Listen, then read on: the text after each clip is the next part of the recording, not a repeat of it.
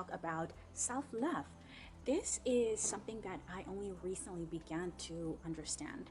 Before then, I thought that it was about being proud and boastful and putting a lot of value and attention on your looks. It's not that at all. What is self love exactly?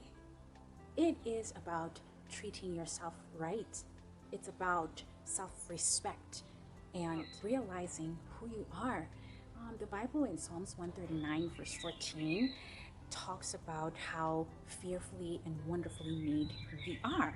So, in God's eyes, we carry so much value and worth. So, what are you going to do about that worth? How are you going to treat yourself? Are you going to subject yourself to situations that are unhealthy for your mind, your body, your spirit? Or are you going to do things that are uplifting to your spirit and things that also glorify God? The Bible in Leviticus 19, verse 18, and Mark 12, verse 31 actually talk about how we should love our neighbors as we love ourselves. So, this concept is actually backed up by the Bible. I'm going to explain that a little bit more on what I think those verses mean. You know, if self love is a foreign concept to you, how are you going to be able to treat others well? How are you going to care for someone else if you can't care for yourself? When we are hurting and broken, or we just don't understand what love is all about, we tend to project all of that negative energy onto others.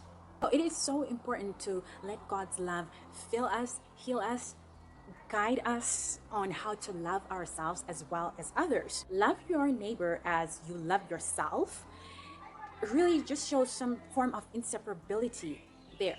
You can't do one without the other. They go hand in hand. Three ways which I want to share with you on how you can love yourself. Of course, there are probably plenty more, but these three stood out for me.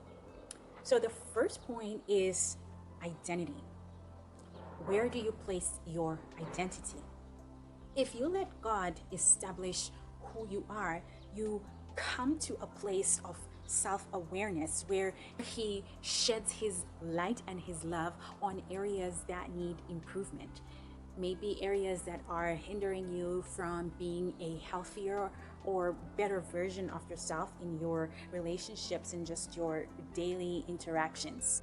When your identity is in God, you are able to fully receive His love, and it makes you feel whole and it heals you. We are lacking that wholeness. We tend to turn to coping mechanisms, or we see ourselves being addicted to people. We place unrealistic expectations from friendships or even the romantic relationships that we get into because we are looking for that completeness from other people. We think that their love will be able to fill us.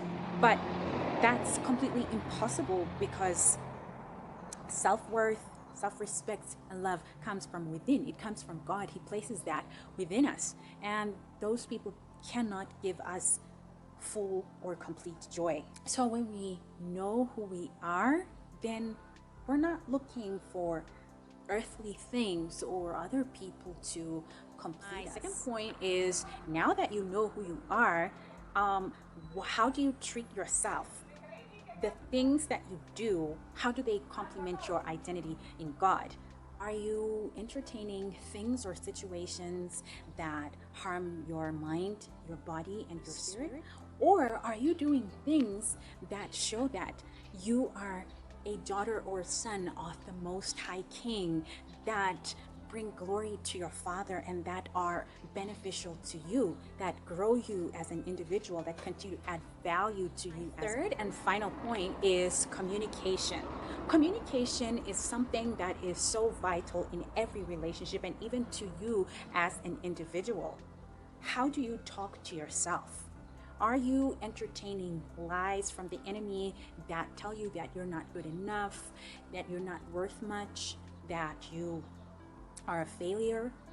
Or are you constantly telling yourself what the Bible says about you, what God says about you, that you are a daughter and son of the Most High King who is worthy of love because Jesus Christ died on the cross for us whilst we were still sinners.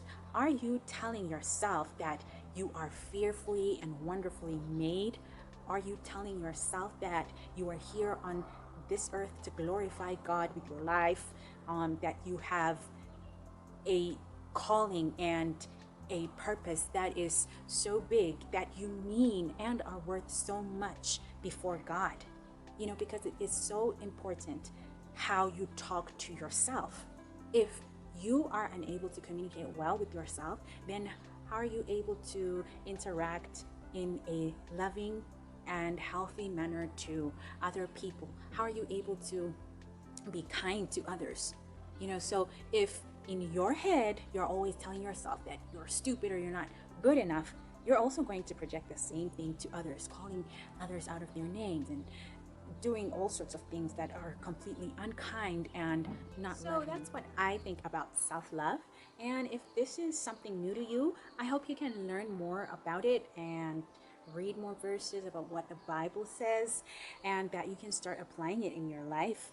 If it is something that you are familiar with, I hope that you can continue in it.